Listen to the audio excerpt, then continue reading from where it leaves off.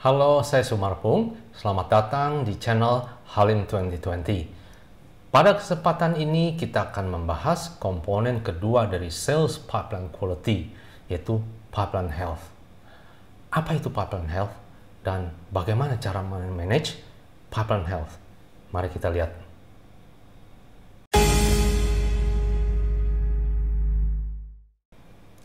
Sebagai referensi, ini adalah Corporate Sales Management Engine yang sudah kita bahas beberapa kali di episode-episode sebelumnya.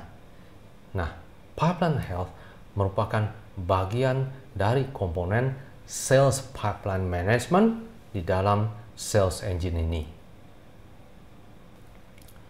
Di episode sebelumnya kita sudah membahas komponen pertama dari Sales Pipeline Quality, yaitu Sales Pipeline Accuracy. Nah, sekarang kita bahas komponen yang kedua, yaitu Pipeline Health.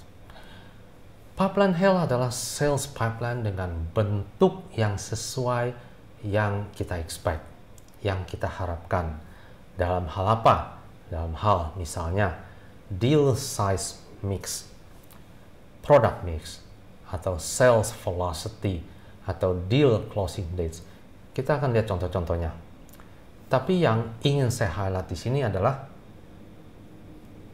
karena yang disebut pipeline health adalah sesuai dengan kriteria yang kita inginkan, berarti kita harus bentuk dulu, kita harus define dulu apa kriterianya. Nah, kenapa? Karena kriterianya bisa berbeda bagi setiap perusahaan. Perusahaan Anda mungkin mempunyai kriteria sendiri, definisi sendiri apa yang disebut healthy. Karena setelah di-define baru kita bisa measure, kita monitor. Nah, sekarang mari kita lihat contoh-contoh dari atau definisi dari pipeline health ini. Nah, sekarang mari kita lihat contoh dari suatu sales criteria atau definisi dari yang disebut sebagai healthy. Nah, ini hanya sekedar contoh-contoh saja. Misalkan saja yang pertama adalah deal size mix, yaitu kriterianya adalah komposisi di dalam pipeline yang besar ada 20%, maksudnya opportunity yang besar itu 20% dari total opportunities. Lalu yang ukuran medium ada 50% dari total opportunities. Demikian pula yang kecil 30%. Nah, ini contoh deal size mix yang dikehendaki oleh perusahaan. Lalu berikutnya, product mix. Misalkan kriterianya sebagai target adalah new products itu 30%, old products 70%. Nah, ini contohnya adalah bagi perusahaan yang baru memunculkan satu produk baru. Nah, tentu dia ingin produk baru ini di-push oleh sales team untuk berhasil dijual menggantikan produk yang lama. Nah, sebagai langkah awal dikasihlah target, yaitu sales produk untuk yang baru 30% dari total. Ini basically merupakan komposisi dari produk. Atau contohnya lagi adalah produknya yang disebut sebagai high end atau low medium. Nah, lalu komposisi yang diinginkan adalah yang high end 25%, sedangkan yang medium ke low itu 75%. Berikutnya, sales velocity atau seberapa cepat satu opportunity itu di close. Misalkan di sini targetnya adalah kurang dari 3 bulan. Nah, tentu ini juga beda-beda setiap perusahaan, tergantung juga produk apa yang dijual.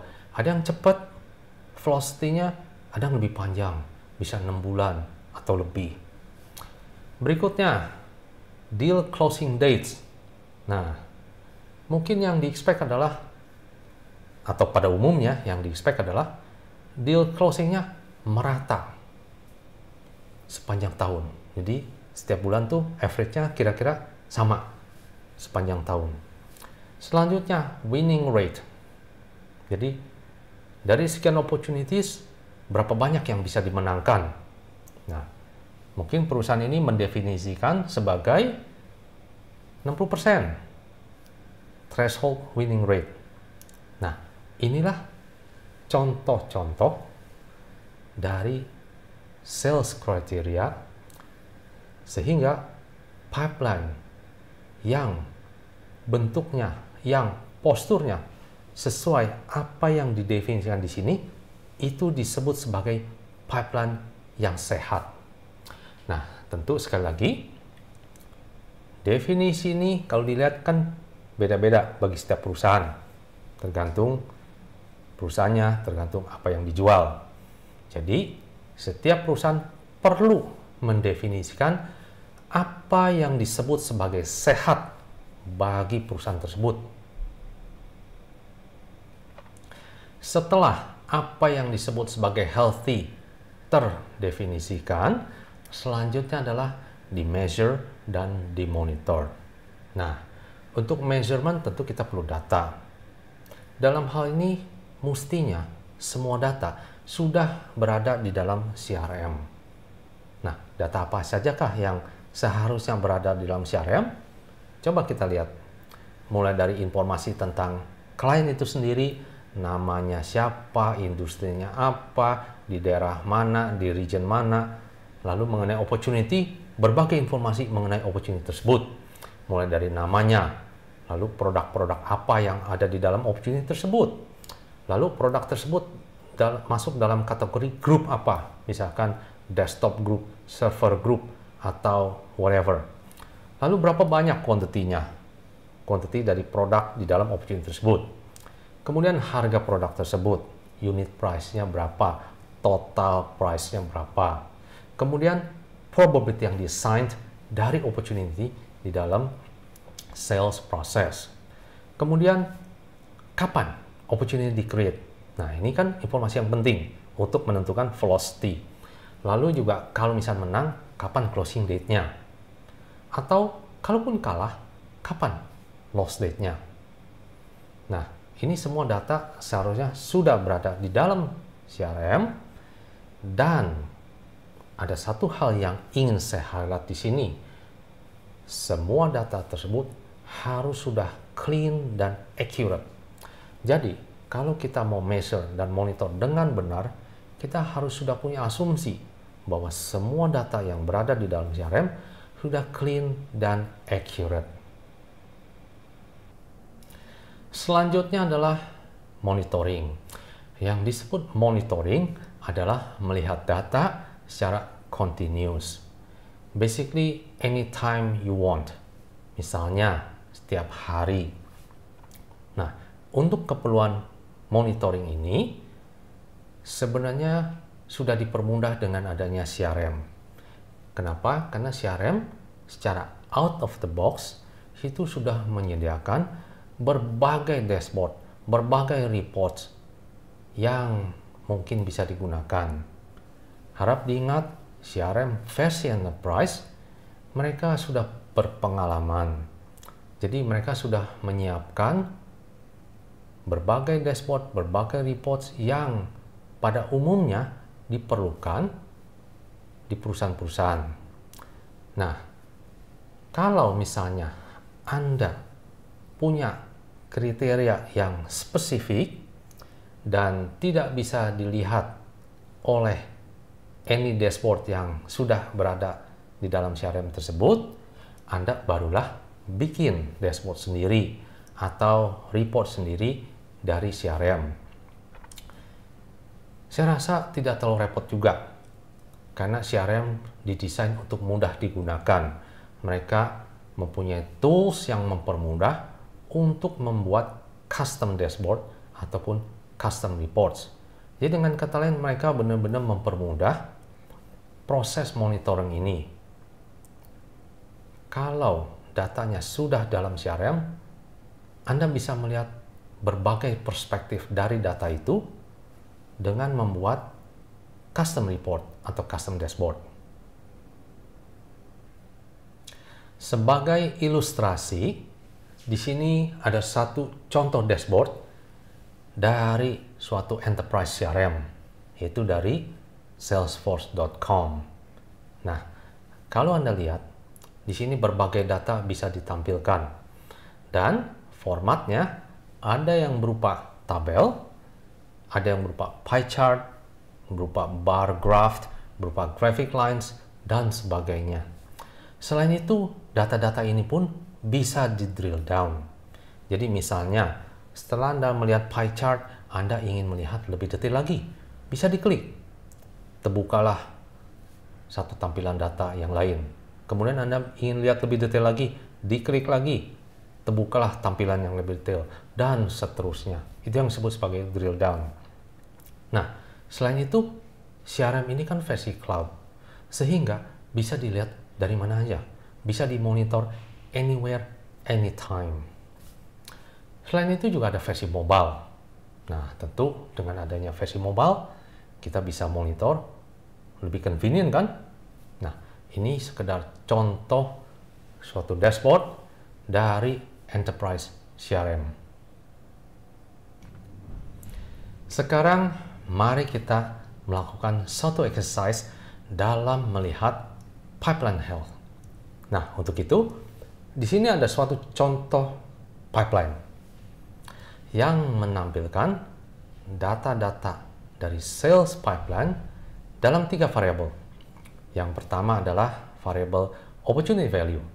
Basically, besar atau nilainya dari suatu opportunity. Berikutnya adalah probability yang designed pada opportunity itu. Di sini digambarkan dalam beberapa warna, color coded. Variabel berikutnya adalah kapan kira-kira opportunity ini diharapkan akan close atau the expected closing date. Dalam hal ini kelihatan pada bulan-bulan apa opportunity ini akan closing. Nah, sekarang exercise-nya adalah coba lihat. Kalau Anda melihat pipeline dengan bentuk seperti ini, bagaimana menurut Anda? Apa yang Anda lihat? Coba lihat lagi. Kalau saya lihat dari pipeline ini, kebanyakan opportunities menumpuk di belakang, dekat-dekat akhir tahun. Basically, majority menumpuk di kuartal 3 atau kuartal 4, the second half of the year. Nah, kenapa? Menurut Anda, kira-kira kenapa bisa menumpuk begini? Saya punya dugaan. Dalam hal ini, account manager sebenarnya nggak punya data yang akurat dari kondisi opportunity yang dia pegang. Sehingga sama dia semuanya biar aman, taruh dulu di belakang. Ya, dipepetin semua ke belakang, ke akhir tahun, Q3 atau Q4. Nah, lalu nanti along the way, bisa saja terjadi mendadak opportunity close. Misalkan, di dalam sini, di dalam pipeline ditaruhnya di bulan November. Ternyata bulan Juni mendadak closing. Nah, itu salah satu kemungkinannya. Lalu kemungkinan lainnya adalah justru terbalik. Yang tadinya di-expect di close di bulan September, ditaruh di bulan September, ternyata Oktober nggak close, November nggak, Desember nggak, lewat dah ke tahun depan. Jadi dengan kata lain, akan banyak surprises dari kondisi pipeline yang seperti ini. Nah, inilah salah satu contoh yang ingin saya perlihatkan. Kalau Anda melihat suatu pipeline yang seperti ini, disebutnya skewed ke kanan, mungkin ada beberapa sebab di belakangnya. Itu salah satunya yang saya sebutkan tadi, bahwa account manager tidak punya informasi yang akurat dari opportunity yang dia pegang, sehingga hasilnya, bentuknya menjadi seperti ini. Nah, sekarang mari kita lihat postur dari pipeline berikutnya. Sekarang kita lihat contoh berikutnya. Coba lihat contoh dashboard yang ini. Bagaimana menurut Anda? Bagaimana dengan postur dari pipeline yang ini? Kalau Anda lihat, lebih flat kan? Setiap bulan ada opportunity yang close dan merata di setiap bulannya, along the year, sepanjang tahun.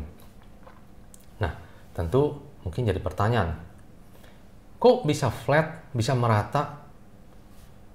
Padahal kan ada juga opportunity yang closingnya perlu waktu 5 bulan. Bagaimana bisa close di awal quarter? Anda paham kan? Jadi misalkan velocity-nya 5 bulan. Nah, kalau dia velocity-nya 5 bulan, kok bisa closing di bulan Januari? Nah, kalau Anda lihat, ada pipeline dari tahun sebelumnya. Jadi dengan kata lain, pipeline yang berasal dari tahun sebelumnya, di mana probability-nya 10%, 20%, terus kan naik 60%. Nah, dia berada mungkin pada 60% di November atau Desember tahun lalu. Lalu di tahun ini masuk ke Januari, naik jadi 80%. Lalu gak lama close. Nah, ini contohnya. Ya, jadi sebenarnya ada satu kejadian paralel antara pipeline sekarang dengan pipeline sebelumnya, sehingga kondisinya menjadi lebih flat. Nah, inilah sebenarnya postur yang sehat dari suatu pipeline. Dengan kata lain, kalau Anda melihat pipeline yang seperti ini bentuknya, yaitu closingnya merata setiap bulan. Jadi dengan kata lain, secara average itu flat. Walaupun kalau dilihat probability-nya beda-beda tentu saja. Yang close di awal tahun, di bulan Januari, Februari adalah berasal dari pipeline dari tahun sebelumnya, dan seterusnya. Dan juga pipeline pada tahun ini, misalkan ada opportunity baru di bulan Oktober, baru muncul ya di bulan Oktober, berarti probability masih kecil. Itu nanti akan masuk dan close di tahun depan, mungkin di quarter 1 atau quarter 2. Nah, kira-kira gitu konsepnya. Jadi sekali lagi, pipeline yang sehat bentuknya adalah mirip seperti ini. Flat, merata setiap bulan. Closingnya adalah merata setiap bulan. Nah, sedangkan yang sebelumnya, yang Anda lihat di mana posturnya adalah kosong di depan, penuh di belakang, jadi skewed ke kanan. Itu bukan postur yang sehat. Nah, inilah contoh yang bisa dilihat dari dashboard untuk melihat seperti apa bentuk-bentuk pipeline yang dianggap sehat. Jadi, bagaimana cara memanage pipeline health yang baik dan benar? Nah, di sini ada beberapa guidelines. Pertama, sales manager define dulu dashboardnya, dashboard yang mau dilihat. Nah, tadi kita sudah lihat, sebelum define dashboard, define dulu sales kriterianya, yaitu define definisi apa yang disebut sebagai sehat. Setelah itu terdefinisi, barulah dibuat dashboardnya untuk memperlihatkan, maksudnya untuk measure maupun monitor pipeline health tersebut. Nah, setelah dashboard dibuat, kemudian dikomunikasikan kepada semua sales team.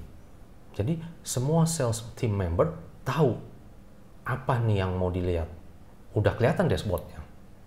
Nah, selanjutnya, sebelum masuk ke pipeline review meeting, sales manager perlu mengidentify apa talking points yang nanti mau dibahas di dalam meeting. Jadi tentu dia lihat dulu dong kondisi dari pipeline health. Setelah dia lihat, rupanya ini ada isu di sini. Ternyata pipeline-nya misalkan banyak yang skewed ke kanan, kurang flat, dan sebagainya. Nah, setelah semua talking pointteridentify, lalu dikomunicate lah kepada sales team. Tujuannya apa? Supaya mereka juga siap sebelum masuk ke dalam meeting. Jangan terkaget-kaget. Nah, lalu kemudian bagaimana di dalam ruang meeting? Di dalam ruang meeting, karena dashboardnya semua sudah tahu apa yang mau dilihat, lalu talking points-nya juga sudah jelas apa yang mau dibahas, apa isu-isunya, jadi bisa langsung fokus kepada pembahasan, ini loh problemnya, ini loh isunya, bagaimana penjelasannya, lalu yang penting bagaimana action plan-nya untuk menangani isu-isu tersebut. Jadi basically apa remedinya. Jadi dengan kata lain, dalam meeting pun menjadi lebih efisien dan efektif dalam membahas pipeline health. Tidak perlu lagi muter-muter bahas yang ini, yang itu, dan yang lainnya. Just fokus ke dalam dashboard yang sudah didefine sebelumnya dan juga isu-isu yang sudah terlihat dari dashboard tersebut. Nah, inilah best practices dalam memanage pipeline health. Jadi apa kunci penentu atau key success factor dalam hal ini, dalam memanage pipeline health? Well, yang jelas, yang pertama, yang penting adalah define dulu apa definisi yang disebut sebagai sehat di sini. Karena sekali lagi, setiap perusahaan bisa beda dengan apa yang disebut sebagai sehat itu. Jadi, sales manager atau sales management pertama kali harus define dulu apa target sales kriterianya. Nah, tentu ini harus align dengan company business goals. Jadi, perlu dikomunikasi dulu, dikoordinasi dulu dengan top management. Sehingga nanti top management juga melihat hal yang sama dong, kalau misalnya sudah aligned. Ya, jadi dengan kata lain, pertama yang penting adalah define dulu apa definisi sehat itu. Karena setelah terdefinisi, baru nanti yang lainnya, dashboard apa yang mau dipakai, dan seterusnya. Nah, berikutnya yang kedua, semua sales team member harus fasih dan lancar dalam menggunakan CRM, dalam menggunakan dashboard. Nah, kelihatannya cukup logik nih, cukup simple. Jangan salah, kadang-kadang saya juga sering dengar, ada beberapa sales account manager yang nggak suka pakai CRM.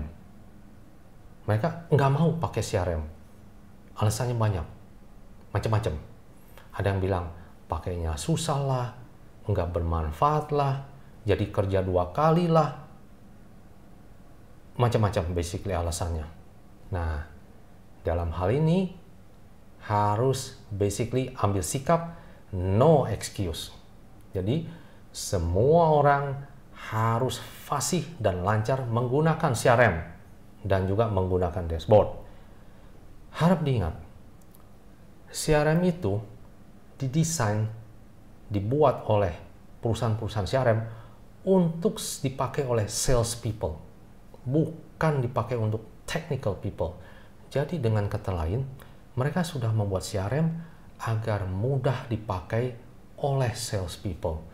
Jadi jangan sampai ada yang beranggapan, wah ini terlalu susah, yang pakai mesti orang technical nih. Jadi suruh orang technical yang pakai CRM, suruh mereka yang input data.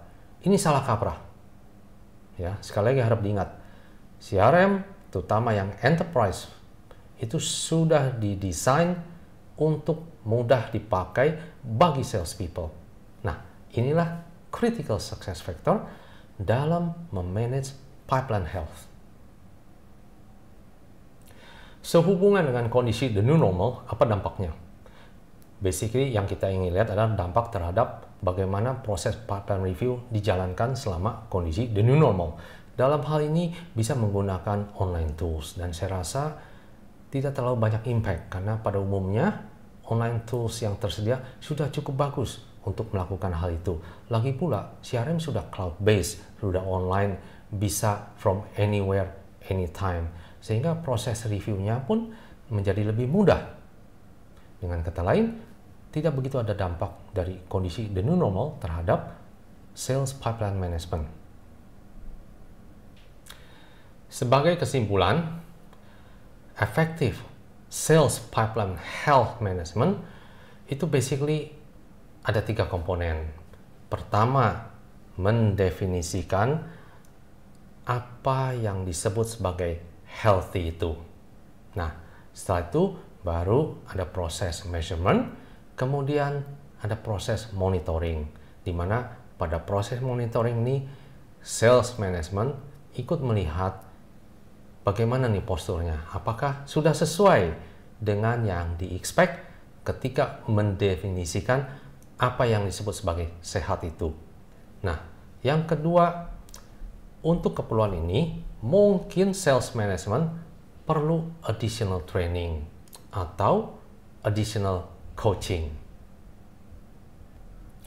Dan di episode berikutnya, kita akan membahas tentang sales forecast dan juga sales target. See you next time.